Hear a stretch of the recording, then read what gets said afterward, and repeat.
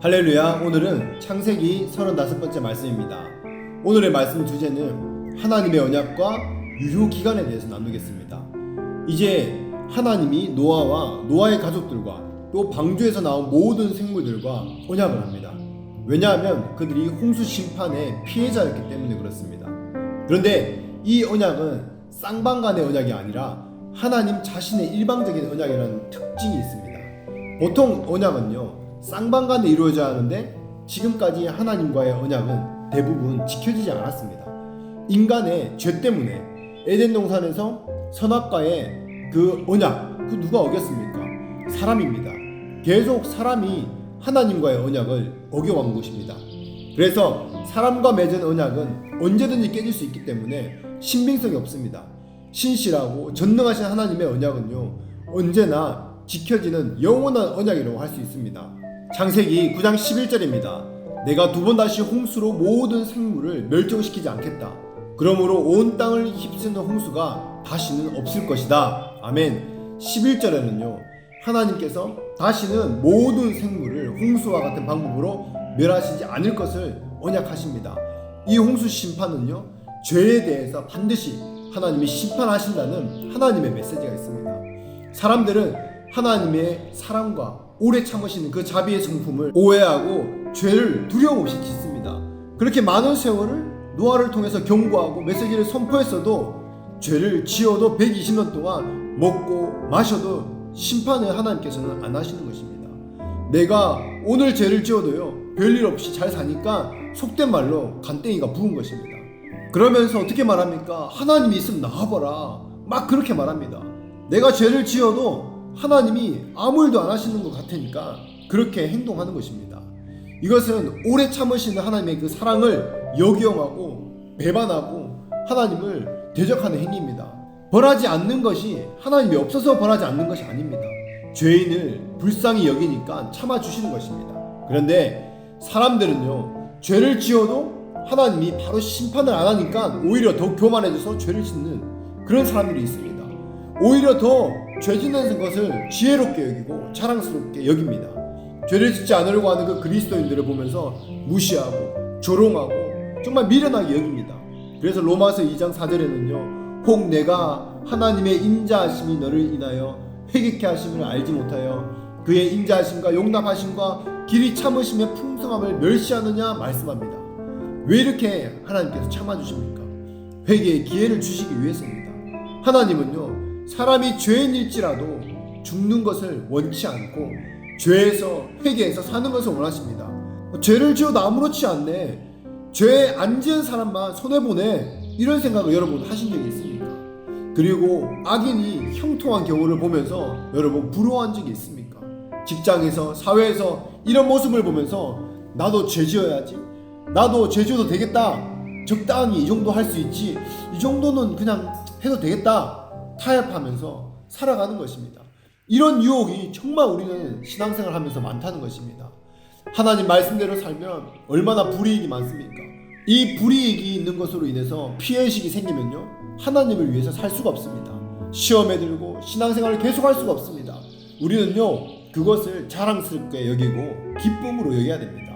이것이 무슨 말입니까? 예를 들어서요 어떤 사람이 회사를 진급해야 되는데 진급 조건에 모든 것이 다 맞는데 그 딱 한 가지 이유가 주일에 일을 못해서 진급을 못하는 사람이 있다고 생각해 봅시다.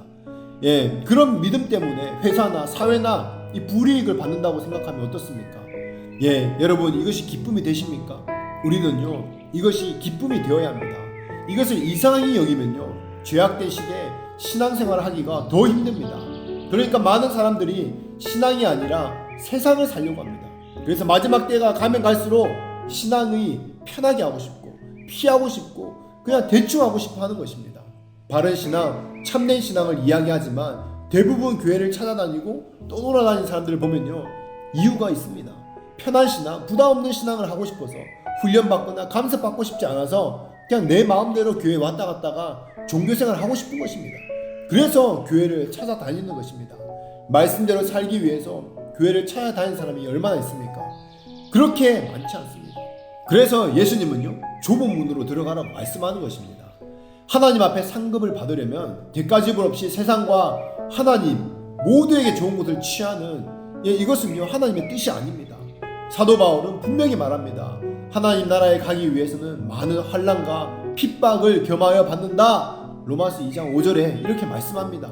다만 내 고집과 회개치 아니하는 마음을 따라 진노의 날, 곧 하나님의 의로우신 판단이 나타나는 그날에 이 말 진노를 내게 쌓는도다. 하나님께서 각 사람에게 그 행한 대로 보응하시되 아멘. 악인의 형통함을 불허하는 가치관으로는요 신앙생활을 할 수가 없습니다. 그러나 우리가 바로 알아야 될 것은요, 그들이 죄를 지으면서도 점점 사업이 잘 되고 인생은 자꾸 더 형통해지고 번창되어지고 이렇게 하는 것들을 부러워하면 안 된다는 것입니다. 여러분, 이것이 축복이겠습니까? 아닙니다. 오히려 이것은요 저주가 됩니다. 결국 그것이 무엇이 됩니까? 즉 심판이, 진노의 날이 가까웠다는 것을 보게 되는 것입니다. 그래서 하나님이 사랑하는 자에게는 죄를 적게 짓기 위해서 하나님이 빨리 생명을 거두어가는 경우가 간혹 있습니다. 죄를 지으면서도 심판을 안 받고 오래 살고 더 잘 되고 잘 되는 경우는요 그 사람에게 저주가 되는 것입니다. 악인의 형통을 이렇게 봐야 합니다. 악인의 형통이 여러분 부럽습니까? 하나님께 근심을 주면서 잘 먹고 잘 사는 그런 삶을 여러분 원하십니까? 그 사람들은요 속에 반드시 악한 세력이 있어서 그렇게 살고 싶은 것입니다. 그 사람은요 하나님을 위해서 살 수가 없습니다. 하나님께서는 각 사람에게 행한 대로 분명히 보응하시는 분이다 라고 말씀하십니다. 여러분, 하나님을 믿으시기 바랍니다. 하나님은 살아계십니다. 우리가 추상적인 하나님을 믿으면 우리의 수고와 고통은 다 헛것이 됩니다. 우리는 살아계신 하나님, 말씀대로 행하시는 하나님을 믿기 때문에 피해의식을 갖지 않습니다. 죽어도 상급이 있습니다. 면류관이 있기 때문에 우리는요 피해의식을 가질 필요가 없습니다. 우리는 이 홍수 사건을 통해서 우리에게 주시는 경고의 메시지를 발견할 수 있습니다. 첫 번째 이 메시지가 무엇입니까? 하나님은요 죄를 미워하시고 한탄하는 것을 우리에게 알려주십니다. 죄는 하나님을 기쁘게 하지 못하고 하나님을 근심시킵니다. 두 번째 메시지는 죄를 지으면서 육체대로 사는 사람들은 하나님이 함께하지 않는다는 것을 알려주십니다. 성령 충만하게 살아야 되는데 죄를 지으면 성령이 소멸하기 때문에 그러면 바로 종교적으로 우리는 굳어버립니다. 모든 신앙생활은요 성령이 소멸하는 즉시 종교와 율법으로 생활화되어 버립니다. 우리는 이것을 더 두려워해야 됩니다. 바리새인보다 더 불쌍한 것은요 평생 종교생활하는 성도가 되는 것입니다. 육체에 빠져 육신대로 살면 하나님의 성령이 함께하지 않게 됩니다. 이것이 얼마나 중요한 것임을 우리는 반드시 깨달아야 합니다. 세 번째 메시지는요, 하나님은 우리가 죄를 지을 때마다 바로바로 다 심판하여 멸하시는 분이 아니라 죄에서 충분히 돌이킬 수 있는 기회를 오랫동안 기다려주시는 분이라는 것을 우리는 알려줍니다. 노아의 시대를 보면요, 하나님께서 무려 120년간 기다리십니다. 그렇게 오래 참으시는 분이 하나님이십니다. 우리는 하나님의 은혜를 베푸는 것을 멸시하면 안 됩니다. 교회에 꼭 이상한 사람이 있습니다. 은혜를 전혀 못 받고 항상 사람들을 욕하고 교회를 대적하는 사람이 있습니다. 그런데 그런 사람을 하나님이 왜 바로 심판하지 않고 교회에 여전히 붙어있게 하십니까? 하나님은요 그 영혼을 정말 사랑하시기 때문에 변화될 때까지 기다려주시는 것입니다. 그러니까 하나님이 은혜로 기다려주시는 때에, 은혜 받을 때에 은혜를 받아야 합니다. 우리는 그 은혜의 시간을 멸시해서는 안 됩니다. 나는 이렇게 노력했는데 하나님은 은혜를 안 주신다. 내가 철야를 몇 번이나 하고 금식을 몇 번이나 했는데 하나님은 나에게 은혜를 안 주네? 이런 말을 하시지 마시기 바랍니다. 하나님은요 은혜를 주십니다. 우리 말에는 세력이 그 안에 있습니다. 내가 비록 지금 은혜가 없다고 변화가 안 되어도요 그 자체를 감사하는 법을 연습해야 합니다. 말씀을 그렇게 많이 들었는데 은혜 못 받고 교회를 대적하고 그런데도 쫓겨나지 않고 심판받지 않고 그래도 교회에 다닐 수 있는 것, 내가 지금 살아있는 것 자체가요 정말 하나님의 은혜이고 감사입니다. 이것을 우리는 하나님께 고맙게 생각해야 됩니다. 한번 하나님 편에서 생각해 보십시오. 하나님은 그를 보면서 얼마나 괘씸하게 보겠습니까? 그렇게 교회를 많이 나오는데, 설교를 많이 들어도, 말씀을 많이 들었는데 여전히 교만하고 강팍하고 교회를 대적하고 사람들을 미워하고 악한 마음으로 산다면 하나님 보시기에 얼마나 마음이 아프겠습니까? 하나님은 그러면서도 참아주시고 인내하시는 것입니다. 우리는 그 하나님을 생각해야 됩니다. 얼마나 감사합니까? 나 같은 것을 그래도 내치지 않고 은혜 받을 때까지 참아주시고 기다려주시고 기회를 주시고 회개할 때까지 기다려주시는 그 은혜가 있는 것입니다. 하나님 품에 남아있게 하시는 것 자체가 하나님의 사랑의 표시입니다. 그것만 해도 하나님이 나를 사랑하신다는 그 믿음을 가지시기 바랍니다. 그러므로 하나님의 그 경고 속에서도 죄를 지으면서 바로 심판받지 않는 것은요, 하나님께 돌아오라는 그 은혜의 기회라는 것을 우리는 알게 하시는 이 메시지가 이 노아를 통해서 볼 수 있는 것입니다. 네 번째 하나님이 주신 메시지는, 하나님은 자기 죄에 대해서 충분한 회개의 기회를 주셨는데 그런데도 돌이키지 않을 때는요, 심판하신다는 것입니다. 하나님은 무한정 기다려주시지 않습니다. 충분히 본인이 회개할 수 있는 기회를 충분히 주셨는데도 반응하지 않으면 마지막에는요, 반드시 하나님은 심판하셔야 합니다. 그것은 오늘날에도 있을 마지막 때의 모습입니다.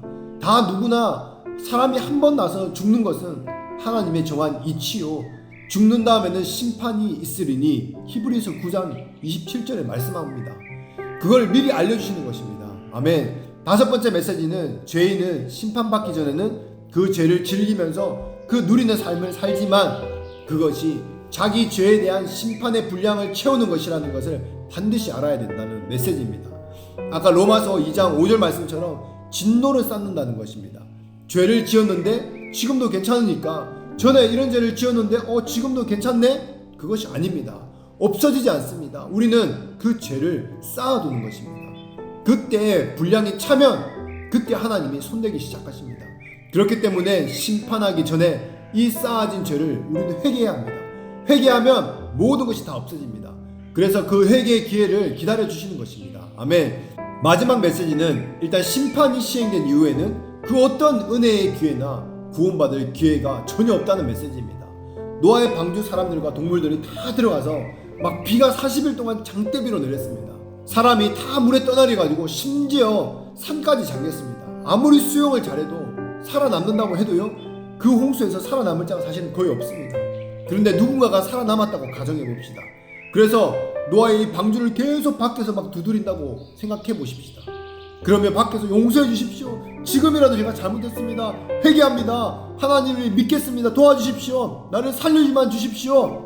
그런데 노아가 그 상황에서는요, 도와줄 수가 없습니다.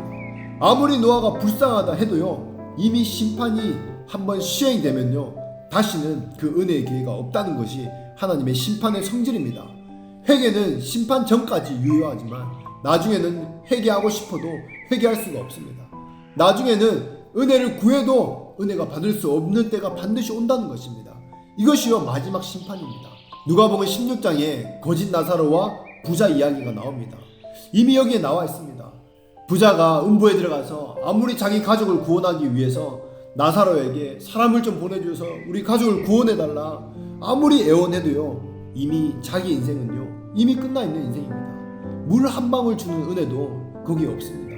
물 한 방울 찍어서 내 혀에 좀 닿게 해주십시오, 그렇게 말해도요, 그런 은혜가 주어지지 않는다는 것입니다. 인정이 없어서가 아니고요, 심판 때에는 은혜가 없다는 것입니다. 아멘. 여러분, 정말 지옥이 있습니다.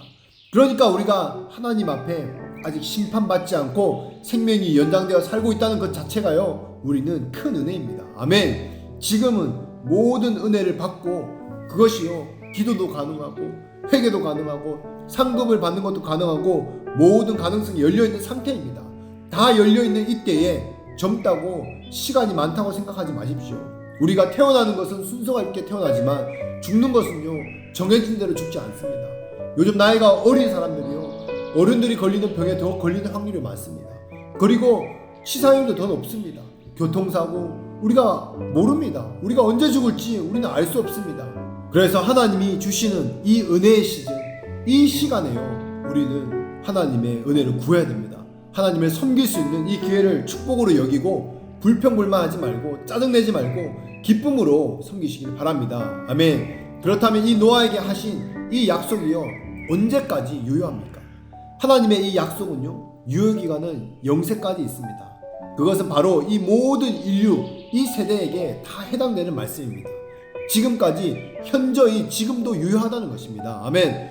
우리는 오늘 이 말씀을 통해서 하나님이 전하기 원하는 그 마음을 우리는 분명히 알아야 합니다. 우리는 죄로부터 구별되어야 합니다. 사랑하시고 애통해 하시지만 죄는 용납하시지 않고 심판하시는 분이 하나님이십니다. 그러나 우리에게 돌이킬 수 있는 기회를 주셔서 언제든 은혜와 기회 가운데 들어오기를 원하시는 그 하나님의 마음을 우리는 깨달아야 합니다. 오늘도 주님의 마음이 부어지는 하루가 되기를 축복합니다. 세상 가운데서 세상이 좋다고 하는 대로 내가 좋아하는 보인 대로 사는 그런 삶이 아니라 하나님의 기쁨이 되는 그런 삶을 선택하며 매 순간 돌이키고 주님의 은혜 가운데 서는 여러분 되시기를 축복합니다. 하나님은 살아계십니다. 하나님은 실제입니다. 하나님과의 언약 가운데 기쁨으로 동행하며 승리하는 여러분 되시기를 축복합니다. 아멘.